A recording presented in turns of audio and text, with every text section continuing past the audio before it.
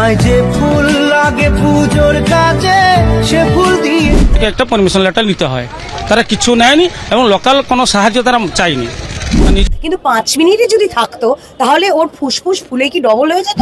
যারা রাহুল এরকম যাদের ঘটনা, তাদের সঙ্গে এই মুহূর্তে ডিসিশন অলরেডি টেকেন, কাজ করা আমাদের পক্ষে সম্ভব নয়। ওই প্রোডাকশনের সঙ্গে যুক্ত, ওই নামের সাথে যুক্ত তাদের কারোর সাথে আমরা কোনো কাজ এই মুহূর্তে থেকে করব না, যতক্ষণ না নয় পাবলিকলি বা কোর্ট থেকে আমরা জানতে পারি যে আমাদের রাহুল, আপনাদের রাহুল কি করে আমাদের ছেড়ে চলে গেল। আমি জানি না কবে আমি মানসিকভাবে ঠিক হতে পারবো, কাজে ফিরতে পারবো, কিছুই জানি না। তবে ম্যাজিক মোমেন্টস এর সাথে আমি আর এই জীবনে কোনোদিন কাজ করবো না, এটা আমি বলেছি। শেষমেশ বেরিয়ে আসলো সেই দিন রাহুলের সাথে শুটিং টাইমে কি হয়েছিল। এই বিষয় নিয়ে এই অভিনেত্রী সবকিছু খুলে বলল। আদৌ কি রাহুল জলে ডুবে মারা গেছে নাকি এটা কোনো প্ল্যান ছিল? তাছাড়াও অনেকেই বলতেছে ড্রোন শটের নাকি কোনো শুটিংই ছিল না, তারা কারো কাছ থেকে পারমিশন না নিয়েই শুটিং করতে চালু করে। তো প্রিয় দর্শক, ইতিমধ্যে রাহুল ঘটনার এফআইআর চলতেছে, তদন্ত হচ্ছে যে আসল দোষী কে। তাছাড়াও ইতিমধ্যে বেরিয়ে আসছে অনেক চাঞ্চল্যকর তথ্য। তো চলুন আমরা বাড়তি কথা না বলে সরাসরি ভিডিও স্ক্রিনে চলে যাই। আর্টিস্ট ছিলেন, প্রত্যেককেই প্যাক আপ করে দেওয়া হয় দুপুর 3টে বা তার একটু আগে, মানে এইরকমই টাইমে। এবং দুটো গাড়ি রেডি রাখা হয় যাতে প্রত্যেকে বাড়ি ফিরে আসতে পারে। এবং আমরা প্রত্যেকে হোটেলে ফিরি, লাঞ্চ করে আমরা বেরিয়ে যাই। এবং আমার এখনো মনে আছে যে আমাদের গাড়িটা প্রথম ছাড়ে, যেখানে আমি, অম্বরীশ এবং সিদ্ধার্থ বলে আমার যে হাজব্যান্ডের পার্ট করে তার নামও সিদ্ধার্থ, আমরা 3 জন থাকি। তো আমাদের গাড়িটা অনেক আগে বেরিয়ে যায়, পরের গাড়িটা একটু সময় লাগে বেরোতে। তো মানে সবাই প্রশ্ন করছে যে আমরা কেন থাকলাম না, আমরা কেন ঘুরে গেলাম না, আমাদের পরিস্থিতিতে কি অবস্থায় ছিলাম, কি ছিল, কি ঘটনা, কেউ তো ওখানে প্রেজেন্ট ছিলেন না, কেউ তো জানেন না। তো এটা সত্যি কথাই, মানে আমরা চাইলে, মানে আপনারা চাইলে আমাদের ফোন জমা দিতে পারি, যে আপনারা ট্র্যাক রেকর্ড দেখে নিন যে আমরা কোথায় কিভাবে তখন প্রেজেন্ট ছিলাম। দুপুর 3টে আমাদের একদম প্যাক আপ হয়ে যায় এবং আমরা যে যার মতো করে রওনা দিয়ে দিই বাড়ির দিকে। এবং মাঝপথে আমি অন্তত বলতে পারি, এবং আমি কেন, ওই গাড়িতে যে কজন ছিলাম আমরা তখন খবরটা পাই, মানে এটা ফিরে গেছিলে না, ওটা সম্ভব ছিল না। মানে মানসিকভাবে তো বিপর্যস্ত, তাই ফিরে যাওয়ার কথা আমরা ভাবিনি। আর এতটাই দূরত্বে চলে এসেছিলাম যে ফিরে গিয়ে আমরা কিছু করতে পারতাম না। কিন্তু তিথি, আমাদের করার কিছু ছিল না, না মানুষটাকে দেখতে পারতাম, না ওখানে প্রেজেন্ট থেকে আমরা কিছু ঘটাতে পারতাম, না লোকটাকে ফিরিয়ে আনতে পারতাম। আপনারা আমাদেরকে যেটা ভাবছেন আপনাদের মতো করে ভাবুন, আমরা পারিনি ফিরে যেতে। আমার অন্তত মনে হয় না যে এই দিক থেকে আমরা কোনো অন্যায় করেছি। যদি অন্যায় এখন করি তাহলে সেটা অপরাধ হবে। তুই মানুষটাকে এইটুকু না বলতে পারি যে তোমার সঠিক তদন্ত হোক, সেটুকু যদি না বলতে পারতাম তাহলে আরো বেশি কষ্ট হতো। তো সেটুকুই বলেছি তোমাদের কাছে। লাস্টের একটা সিন ছিল যেখানে নাকি আমরা শুনলাম যে রাহুলের মৃত্যু ঘটবে এবং জলের উপর। না না না না, এরকম কোনো সিন ছিলই না। আমরা এরকম কোনো সিন পাইনি। অনেক মিডিয়াতে অনেক লেখা হচ্ছে যে আগের সিনগুলো দেখে দাও বিদায় হে, দাও বিদায় হে, এরকম একটা কিছু, কিন্তু এইগুলো সিনই ছিল। এটা এটা তোমাদের মনে, মানে আমি জানি না তোমরা কেন এরকম ভাবছো বা বলছো। মানে মানুষ এত মৃত্যুটা এত আনপ্রেডিক্টেবল, যখন তখন মানুষের মৃত্যু ঘটে যেতে পারে, তেমন মানুষের এই ভাবনা চিন্তাও কিন্তু খুব আনপ্রেডিক্টেবল হয়ে যাচ্ছে। যখন তখন তুমি যা খুশি ভেবে ফেলছো। না, এরকম একদমই ছিল না। কোনো মৃত্যু, ডুবে যাওয়া এরকমও ছিল না। আমি এখনো বলছি, যেটুকু সিন আমরা পেয়েছিলাম তাতে কন্টিনিউশন সিনও আমরা করেছি। মানে যে সিনটা ওরা পরে করবে, সিন নয়, সিনের মধ্যে যে পার্টটা ওরা পরে করবে, হয় না যে আমাদেরকে ছেড়ে দেওয়া হচ্ছে, হয় না যে এদেরকে ছেড়ে দেওয়া হবে, তাই এই গ্রুপটার সাথে যেটুকু পার্ট আছে সেটাও কমপ্লিট হয়ে যাবে। সেটাও কিন্তু হয়ে গিয়েছিল। যদি এক মাথা গলা জলে বা ডুবে যদি পার্ট থাকতো তাহলে তো ওই ভাবেই পরের শটটা দিত।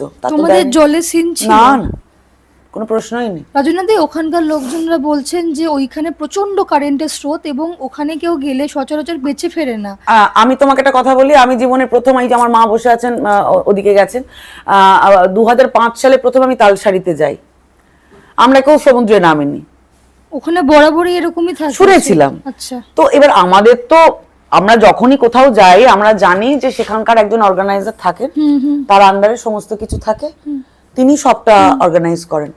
আর আমি 11 বছর ধরেই হাউসের সঙ্গে কাজ করছি, আমার কোনো ভীতি ভয় কিছুই নেই, কারণ আমি জানি যে এখানে যারা মাথার উপর আছেন তারা খুব কেয়ার করেন। শেখরদা যাকে নিয়ে কথা হচ্ছে, আমি এখনো বলছি তদন্তর মতো হোক, অন্যায় যদি থাকে, গাফিলতি যদি থাকে, সব ধরা পড়ুক। যার গাফিলতি, যেখানে গাফিলতি, সেই জায়গায় সে তার দায়িত্ব নিক, দায় নিক।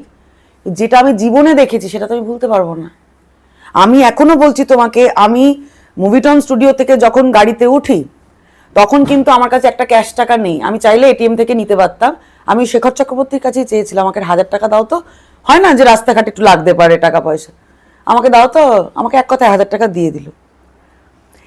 এবং পরবর্তী যে 29 তারিখে যখন দুপুর 3টে প্যাকআপের পরে আমরা ফিরে আসি, উনি গাড়ি ছাড়ছেন, আমাদের গাড়ি উনি ছেড়েছেন, পরের গাড়ি আমি দেখিনি, সবার আগে আমাদের গাড়ি ছেড়েছে, কারণ আমার খুব তাড়া ছিল বাড়ি ফেরার।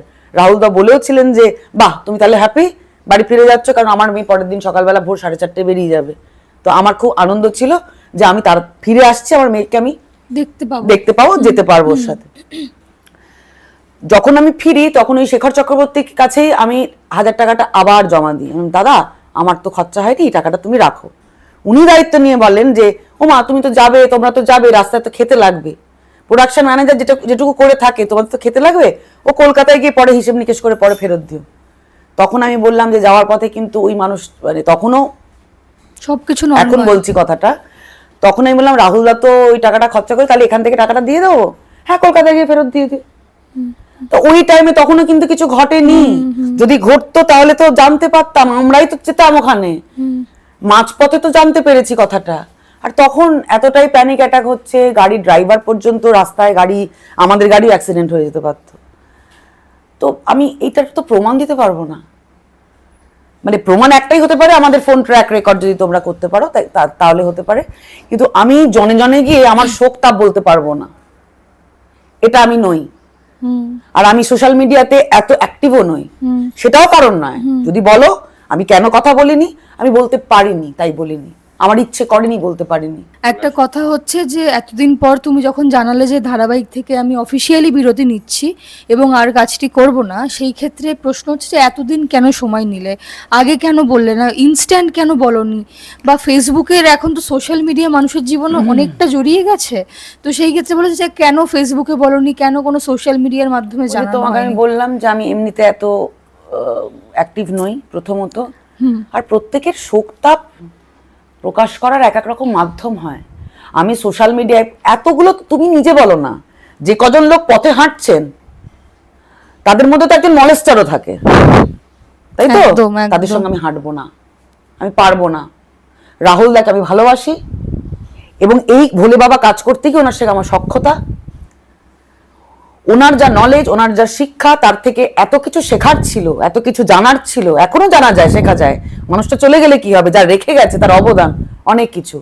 আর রীনা গাঙ্গুলিকে যেভাবে অপমান করা হচ্ছে, আমি এখনো বলছি তদন্তের মতো হোক, অন্যায় ধরা পড়ুক, সেটা কোনো কথা নয়, সেটা তার মতো করেই হোক, কিন্তু তারা কারাই অপমান করছেন, তারা নিজেরা কি? এমন তো হতে পারে যে ওই মহিলার উপরে তারা নিজেদের রাগ মেটাচ্ছেন।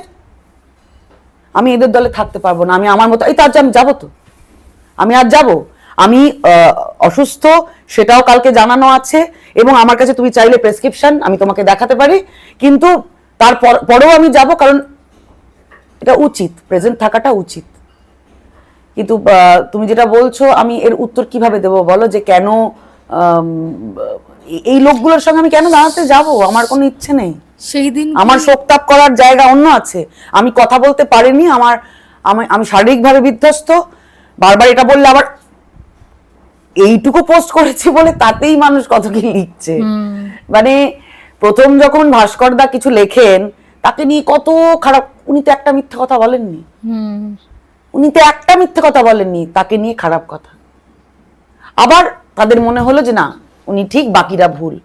শুনুন, আপনারা আমরাকে ভুল ঠিক বিচার করতে যাবেন না, নিজেরা ঠিক তো, যদি ঠিক থাকেন তাহলে এই যে পদক্ষেপ নেওয়া হচ্ছে বা এই যে একটা জায়গা তৈরি হচ্ছে, এটাকে সাহায্য করুন, সঠিক তদন্তের জন্য কথা বলুন, নিরপেক্ষ তদন্তের জন্য কথা বলুন। আর কি বলবো বলো, মানে মাঝে মাঝে না আমি নিজেকে করে পারি, আমি বললাম না আমি ডিস্টার্ব। দিদি তুমি যেটা বললে যে একজন অর্গানাইজার থাকে, সে পুরোটা ঘুরিয়ে দেখায়, বা আমরা এটাই সেখানে জানি, থাকে। এতদিন ধরে এটাই জানি। সেই ক্ষেত্রে তোমাদের এই শুটিং এর ক্ষেত্রে এখন একটা প্রশ্ন আসছে যে ধারাবাহিকের ক্ষেত্রে ইনস্ট্যান্ট শটের জন্য যা ইচ্ছে করা যেতে পারে, হ্যাঁ, সেটা এক গলা জলে হোক কিংবা তালসারির সেই ঘটনা। তুমি তো 11 বছর ধরে সেই প্রোডাকশনের সঙ্গে আমি কাজ কখনো করেছো। এরকম কখনো আমাকে ফোর্স করে হ্যাঁ। জোর করে, দেখো আমি একজন আর্টিস্টের একটা ডেডিকেশন থাকে, সে বলতে পারে যে আমি এটা চাই করতে বা করব, কিন্তু কোনো বিপজ্জনক পরিস্থিতিতে আমাকে কেউ বলবে যে না এটা কর, আমি অন্তত এই হাউসে তোমরা তো আগে থেকে জানতে যে ওইখানে তালসারিতে এরকম আমি ঘটনা তো জানি না যে এরকম কিছু মানে কিছু করে ঘটলো, মানে আমি তো কন্টিনিউয়েশন মানে জলে যখন নেমেছে তার আগে কোনো প্রিকশন ছিল?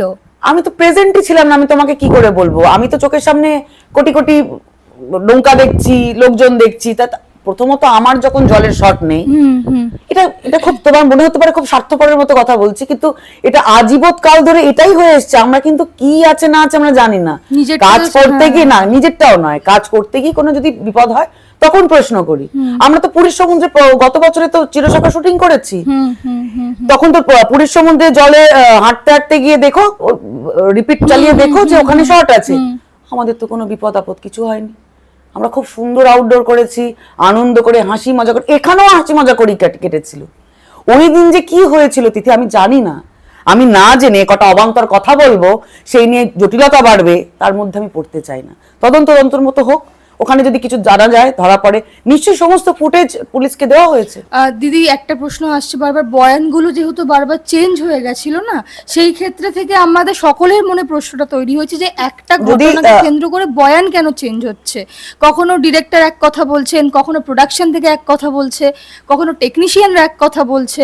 আসল ঘটনাটা কি সেখান থেকে তো আমরা জানতেই পারিনি, বা ওখানকার যারা লোকাল লোক ছিল তারা বলছে এক কথা। তো এই 5-6টা বয়ান একেবারে বিভ্রান্তি সৃষ্টি। আমি এটুকু বলতে পারি যে মানুষ হয় না যে একটা এমন একটা সিচুয়েশনে মানুষ হয়তো খেই হারিয়ে যায় বা ঠিকমতো কথা বলতে পারে না। আমি তাও এই প্রসঙ্গে যাচ্ছি না, যদি কোনো ভুল বয়ান দেওয়া হয়ে থাকে সেটা অন্যায়, সেটা কাঙ্ক্ষিত ছিল না। তবে যদি এরকম কোনো ভুল বয়ান থেকে থাকে তো সেটাকে রেকটিফাই করার এখনো সময় আছে, আমার এখনো তাই ধারণা। এখনো সময় আছে যে এটুকু বলার, যে আমার এখনো বিশ্বাস আছে, এটা বলাটা সবার আগে দরকার। আমি হাউসে 11 বছর কাজ করেছি, তো এই মানুষগুলোর প্রতি আমার আস্থা ভরসা আছে। যদি এনাদের তরফ থেকে, হাউসের তরফ থেকে কোনো অন্যায় হয়ে থাকে, আগে যা বয়ান দিয়ে থাকুক না কেন, আমি আবারও বলছি, যদি কিছু ভুল হয়ে থাকে আমি এখনো আশা রাখছি যে ওনারা তার দায়ভার নেবেন। যদি অন্যায় হয়ে থাকে ওনারা তার দায়ভার নেবেন। মানে আর কি বলতে পারি বলো? 11টা বছর কাজ করেছো নানান সিরিয়াল, এবং তোমাকে আমরা 11 বছরের মধ্যে দিয়ে কখনো দেখিনি কোনো আক্ষেপ যে আমার চরিত্র নেই জীবনে, আমি নিজেকে এক্সপ্লোর করতে পারিনি, কোনোদিনও দেখিনি। ইনফ্যাক্ট যারা কাজ করেছে লীনা গঙ্গোপাধ্যায়ের সঙ্গে তাদেরও আমরা দেখিনি। কিন্তু হঠাৎ করে যে এই মানুষটাকে এতগুলো আঙ্গুল দেখানো হচ্ছে, বড্ড পীড়া দিচ্ছে ওই মানুষটা অবধি, মানে বা ওই মানুষটার মতো হতে গেলে মানে অনেক অনেক কিছু করতে হবে। উনি এত দিক সামলান, তার উপরে উনি তো ওখানে প্রেজেন্ট ছিলেনই না। আজকে যদি উনি কোনো ভুল কথা বলে থাকেন, নিশ্চয়ই সেটা তোমরা সবাই বিচার করবে, অন্যায় সব মানছি, কিন্তু 11 বছর ধরে আমি শুধু ভালোবাসাই পেয়েছি, বকা পেয়েছি। যদি কোনো অন্যায় করে থাকি তার জন্য বকাও পেয়েছি। মানে ওনাকে বলতাম যে আমার মাকে আমি যেভাবে ভালোবাসি, আমার মায়ের পরেই তুমি। আমার মাও এখানে বসে আছেন, মানে উনিও একই কথা বলবেন, যে মা সবসময় বলেন না ওনার কথা শুনো। হয় না যে সেকেন্ড গার্জেন, সারাদিন ওই শুটিংয়েই আমি থাকি, 11 বছর ধরে দিন আর রাত ধরে ওইখানে থাকি। আমাকে খুব পীড়া দিচ্ছে যে এইভাবে ক্লান্ত করা হচ্ছে। আমার বক্তব্য, আগে আপনারা প্রমাণ পান, তদন্ত হোক, তারপর যেটা বলার বলুক। আর আবারও বলছি, আশাবাদী, যদি কিছু ভুলভ্রান্তি হয়ে থাকে সেটা নিশ্চয়ই ওনারা রেকটিফাই করবেন, এটুকু আমি বলতে পারি। আচ্ছা, একটা প্রশ্ন আমাকে বলো যে তুমি নিরাপত্তা নিয়ে যখনই বললে, তুমি বললে যে আমি একেবারে সঠিকভাবে কাজ করেছি, তাহলে এই যে একটা ইনস্ট্যান্ট শুটের কথা আসছে বারবার, আমরা দেখছি ড্রোন শটটা আসছে, এবং ড্রোন সেদিন আমাদের দুটো ক্যামেরা, ড্রোন শট সবই ছিল, মানে আমরাও ড্রোন শট দিয়েছি। ড্রোনের শটটা ছিল, আমরা ড্রোন শট দিয়েছিলাম আমাদের যখন, এবার একটা ড্রোন থাকলে তো সব জায়গায় ব্যবহার হবেই, নিশ্চয়ই ওদের ক্ষেত্রে ব্যবহার হয়েছিল, এটুকু আমি বলতে পারি। তো আমি প্রেজেন্ট ছিলাম না, তাই ওই পরিপ্রেক্ষিতে কি ঘটেছিল আমি বলতে পারবো না। তো আমাদের কাছে দুটো ক্যামেরা, ড্রোন, সবাই আমরা এটাতেই শট দিয়েছিলাম। আর রাজনাদি ধারাবাহিকের ক্ষেত্রে কি একেবারে প্রিকোয়েশন নিয়ে শুটিং করা হয়? সেই ক্ষেত্রে আমরা যে বারবার প্রশ্নগুলো শুনছি যে একেবারে তাহলে তো তুমি আমাদের কোনো স্টুডিওতে গিয়ে তো দেখবে 4টে অ্যাম্বুলেন্স দাঁড়িয়ে আছে, থাকে থাকে কি 4জন ডক্টর দাঁড়িয়ে আছে, থাকে কি না না। এই তো হবে নতুন করে আর্টিস্ট ফোরাম যেটা করছেন, সাধুবাদ জানাই। আজকে রাহুলদা চলে যাওয়ার পরে এই এতগুলো ঘটনা, এতগুলো কাজ তৈরি হচ্ছে, যাই হোক হচ্ছে, কিন্তু রাহুলদার মৃত্যুটা দরকার ছিল না। এটা মানে আমরা এখনো অবধি বুঝতে পারছি না ওই মানুষটা কেন চলে গেল, লাস্ট কিভাবে গেল। কথা হয়েছিল আর দুপুর 3টের আগে যখন ওই বিচে বসে আছি, সামনে সুবর্ণরেখা নদী, তার আগেই আমরা যা পাট করার করেছি, আমাদের কোনো নদী ডিঙোতে হয়নি, নৌকা করে যেতে হয়নি, অন্তত আমরা প্রেজেন্ট থাকাকালীন। তখন আমাকে উনি বলেছিলেন যে যাক নিশ্চিন্ত, কাল চলে যাচ্ছ, আজ চলে যাচ্ছ, মেয়ের সঙ্গে দেখা হবে। একটা আড্ডা চলছিল মোটামুটি 2 দিন ধরেই আড্ডা চলেছে। এবং আগের দিন রাতেও উনি বলেছিলেন ডার্লিং কি খাবে রাতে, না দাদা আমি তো স্টু বলে দিয়েছি, মানে যেমন হয় আর কি কথাবার্তা। তাহলে তুমি খাবে না খিচুড়ি, আমরা খিচুড়ি অর্ডার করছি। না দাদা আজকে রাতে আর খিচুড়ি খাবো না, মানে ওর খুব পছন্দের খিচুড়ি, সেটাও কিন্তু আগের দিন খেয়ে গেছে, মানে এটা এখন মিলে যাচ্ছে কথা। কিন্তু যদি বলো যে প্রিকশন, আমরা কোনোদিনও কোনো আর্টিস্ট, যদি রাহুল আজকে প্রেজেন্ট থাকতেন উনিও বলতেন একই কথা যে দূর ছাড় না, ও হয়ে গেছে, এরকম একটা কিছু বলতেন মানুষটা।